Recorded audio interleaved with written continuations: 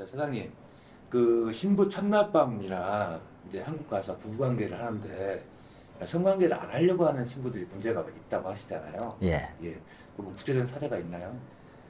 사례도 있는데 가끔 전에 댓글에도 그런 게 있었고, 최근에 어떤 신랑분이 이제 저한테 어떤 그런 문제를 갖고 이야기를 한 분이 있어요. 한 분이 왜 첫날 밤 강제적인 성관계를 요구하느냐. 저는 강제적인 성관계 요구한 적이 없어요. 자, 저는 첫날 밤 보내고 나면은 신랑분들한테 어젯밤에 잘 잤습니까? 어떤 부부관계가 문제가 없었습니까? 이렇게 물어봅니다. 자, 이번 주에도 세 분이 결혼하면서 그 중에 한 분이 어젯밤에 좀 시도하다가 신부가 조금 아프다고 해서 제가 못했습니다. 아, 그렇습니까? 그러면 신혼여행 가서 다시 부드럽게 잘 한번 진행해 보십시오. 이렇게 이야기해요. 부부니까 당연히. 당연히. 그리고 신혼여행지에 가서 제대로 관계가 이루어지는지, 왜? 이미 부부가 됐기 때문에 부부는요, 어떤 그 관계가 자연스럽게 이루어져야 돼요. 근데 어떤 분들이 저한테 자꾸 왜 강제적인 성관계를 요구하느냐? 저는 강제적인 성관계를 요구하는 게 아니에요, 이거는. 왜 자꾸 오해를 하시는지, 부부가 됐는데 결혼식하고 첫날 밤 보내고 둘째 날, 셋째 날, 넷째 날 약 4일 밤, 정확하게 저희들 따지면 5일 밤을 같이 있어요. 그 기간에 이게 신부가 안 한다. 저는 신부가 진정한 결혼 아니라고 보는 거예요.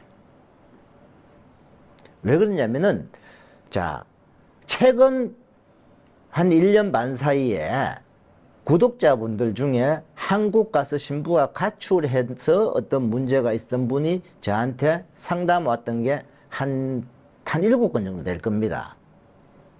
그분들 다 7분이 똑같이 말했던 게 뭐냐? 제대로 성관계 안 이루어진 분들이에요. 그 소리는 뭐냐면은 신부가 신랑에 대한 마음이 없다는 소리예요. 남편이고 사랑하는 사람을 노력을 하고 할 때는 여성도 자연스럽게 응하죠. 그러면은, 자, 이번 여행에서 한 분이 첫날 밤에 제대로 성사가 안 됐어요. 그러면 둘째 날 밤에 과연 안 됐느냐? 자연스럽게 또 이제 된 걸 내가 또 신랑한테 들었으니까. 그러면은 아무 문제 없이 여자도 이제 남편으로 완전히 받아들여지는구나. 남편으로 받아들이는 걸 보는 거예요. 그 다음에 신랑이 2차 왔을 때, 2차 왔을 때 서로 또 그런 관계가 어떠냐. 자, 남녀지간은요, 2차 와서 뭐 한 2달 만에 남편을 보면은 서로 막 반갑고 막 만나는 순간에 와서 쫓아가서 안기기도 하고 막 이러잖아요. 그러다 보면은 당연히 좋아하는 사람이다 보면 남녀지간에 좋아하는 사람은 저는 그 필수적으로 따라간다고 보기 때문에 같이 그날 저녁 먹고 밤에 다시 하면 둘이 뭐 같이 끌어안고 잤겠죠. 당연히. 안 그렇겠습니까? 근데 만약에 그때도 거부한다? 이거는 문제가 있는 거죠. 가식적이다 이거죠.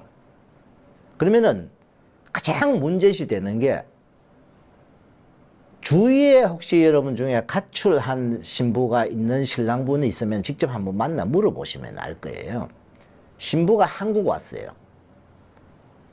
와서부터 부부관계를 거부해요. 그건 반드시 가출이에요. 가출한 신랑분들 하나같이 물어보면은 와서부터 태도가 변하면서 부부관계를 안 하려고 하더라 이거예요. 어떤 신랑분은 이렇게요. 신랑이 옆에 다가가면은 자리 피해버린대요. 이 결국은 이제 한국에 와고 남편에 대한 마음이 없는 거예요. 그러면은 저희가 정상적으로 우리가 결혼시키는 신랑들, 신부들 제가 가장 많이 보는 게, 신랑과 둘이 만났을 때 어디 밖에 둘이 데이트하러 갔다 왔을 때 막 좋아서 신랑 팔짱에 막 매달려 갖고 오는 신부 정도 그런 신부들 정도 돼야지. 남편이 오는 자체가 좋았고, 응? 오면은 막 얼굴이 막 밝고 막 이래야 되잖아요. 놀러 갔다 온다. 그리고 신랑이 또 뭐 혼자서 개인적으로 좀 3박 4일, 2박 3일 놀러 온다. 그러면 놀러 오면은 그냥 마냥 좋아야 되는 거예요. 그게 나중에 진정한 결혼이 되는 거고 진정하게 한국과 잘 살 수 있는. 근데 남편이 왔어. 오면 오는갑다. 가면 가는갑다. 자, 지금 현재 저희 신랑분, 진행하는 신랑분 중에 두 분을 제가 한국 혼인신고 보류해 놓은 분이 있습니다. 그 한 분은 2차 왔을 때 신랑이 스스로가 느낀 점, 자기한테 완전히 이렇게 다가오는 게 아니래요. 가족들하고만 놀라 그러고, 2차 와서 전통원래 하는데, 신랑은 좀 피곤하니까 밤 한 12시나 1시쯤 되면 좀 호텔에 가 자고 싶잖아요. 근데 호텔에 데려다 주지도 않고 신랑은 갈 줄 모르잖아요. 그러고 나니까 나중에 천안 보고 데려다 주고 오라 하더래. 그 자기는 아침 돼서야 가족들하고 그 친구들 밤새도록 놀고 아침 돼서 호텔 와서 잠깐 왔다가 가더래. 그러다 보니 그 뭐예요? 남편 생각하는 마음이 없는 거예요, 일단은. 그래서 저는 보류예요. 보류고 지금 한 달째 지금 이렇게 지켜보고 있어요. 그 다음에 신랑분이 조금 바빠서 요즘 바빠오는데 제가 신랑분 보고 한 번 더 와서 신부하고 여기 지내보라 할 거예요. 그래서 제대로 이 여성이 신랑분하고 왔을 때 마음적으로 좋아서 느낌이 어떠냐 이런 것까지 확인 더 해야 되는 거예요. 아니고 그냥 무작정 이 신부 한국 보내잖아요. 제 생각에도 가출 확률 7, 80%라고 보는 거예요. 가출 안 할 수도 있기는 있겠죠. 그러니까 7, 80% 정도 가출 확률이 있다고 보는 거예요. 남편이 좋으면은 반드시 부부지간은요, 서로 이 부부 관계는 따라와야 되잖아요. 상식 아닐까요? 당연하죠. 자, 한국 사람들끼리 애인이라는 게 뭐예요? 서로 사랑하는 사람. 남자친구는 다르잖아요. 베트남 여성들한테 제가 물어보는 게 있어요. 뭐 과거에 뭐 남자친구도 사귀어보고 이렇게 했는지 아니면 애인이 있었는지도 이렇게 틀려요, 의미가. 응?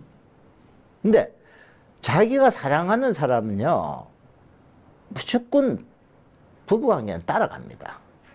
근데 그걸 거부한다? 그러면은 일단 진정한 결혼을 의심하라는 뜻이지.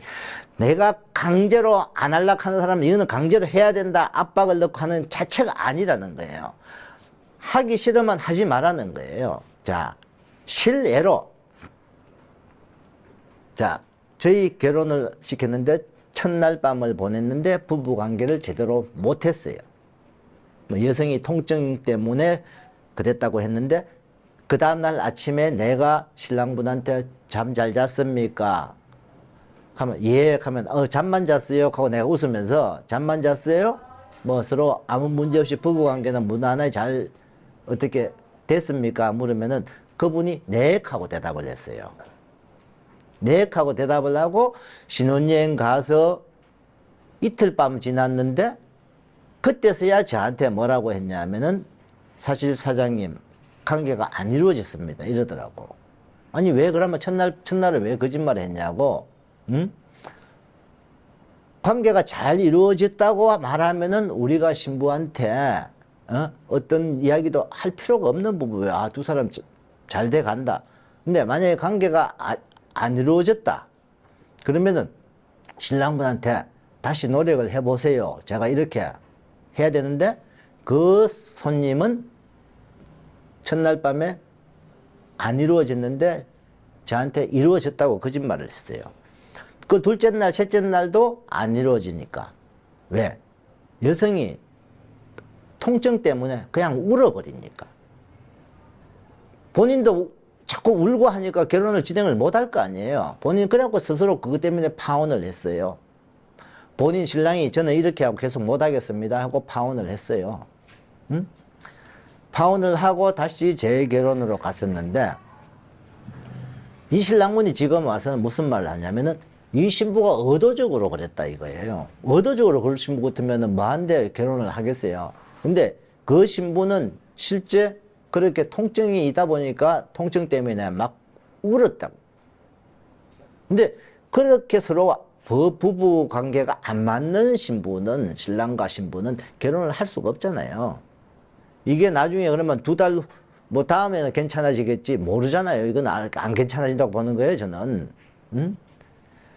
과거에 그 한 7, 8년 이전에 한국 와서 결혼해서 산 신부들 중에 2명의 애가 있어요. 한 명은 제가 결혼시켰습니다. 한 명은 제가 결혼시켰는데 그분은 신부가 한국 와 사는데 부부관계를 거부를 하는 거예요. 거부를 해서 그 신부를 데리고 산부인과 가서 검사를 좀 받아보니까 여성이 구조적으로 좀 작대요. 작다고 해서 이제 아프니까 거부를 하는 거예요. 그래서 이제 신랑분 보고 이런 점이 있으니까 본인이 조심하고 천천히 관계를 이렇게 시도하라고 해갖고 괜찮아졌어요. 그리고 또 한 분은 저희 사무실 근처에 사시는 분인데 어머니가 저한테 찾아와서 상담을 해요. 신부가 자기 아들하고 잠을 안 잘라 그러고 자꾸 밤만 되면 이 베개 들고 자기한테 온대요. 응? 그래서 신부가 좀 통역을 해달라고 했고 제 와이프가 그 신부한테 통화를 해봤어요. 하니까 자기는 아파서 남편하고 같이 잠을 못 자겠다 이거예요. 그래서 시어머니한테 계속 이 신부를 산부인과 검사를 받아보라고 시켰어요. 그러니까 산부인과 의사 진단이 23살 여성인데 초등학교 4, 5학년 수준이다. 여성 생식기가. 그러니까 미성숙, 의사 진단으로서는 미성숙 생식기라고 판단이 나버린 거예요. 그래서 어머니도 이거는 계속 결혼 진행 못하겠다고 하면서 파혼을 하고 그 여성을 베트남으로 돌려보냈대요. 그런 예를 제가 실질적으로 2건이나 봤거든요. 그래서 서로 부부관계가 안 일어나는, 제대로 정상적으로 안 되는 신부들은 결혼을 진행을 하는데 문제가 있다는 생각이고, 자연스러운 부부관계는 일어나는데 절대로 내가 강제로 어떤 부부관계를 요구하는 게 아니다는 거예요. 그게 제대로 정상적으로 사랑하는 사람 되고 부부가 됐으면 그게 정상적이 안 되는 신부가 마음적으로 이거는 다른 마음이 있던가, 아까처럼 의학적으로 뭔가 있을 수도 있다 이거죠. 그러면 앞으로 평생 살아가는데 절대 올바른 부부가 될 수가 없다는 그 이론 때문이지, 절대 강제로 어떤 부부관계를 강요하는 게 아니라는 걸 좀 아십시오.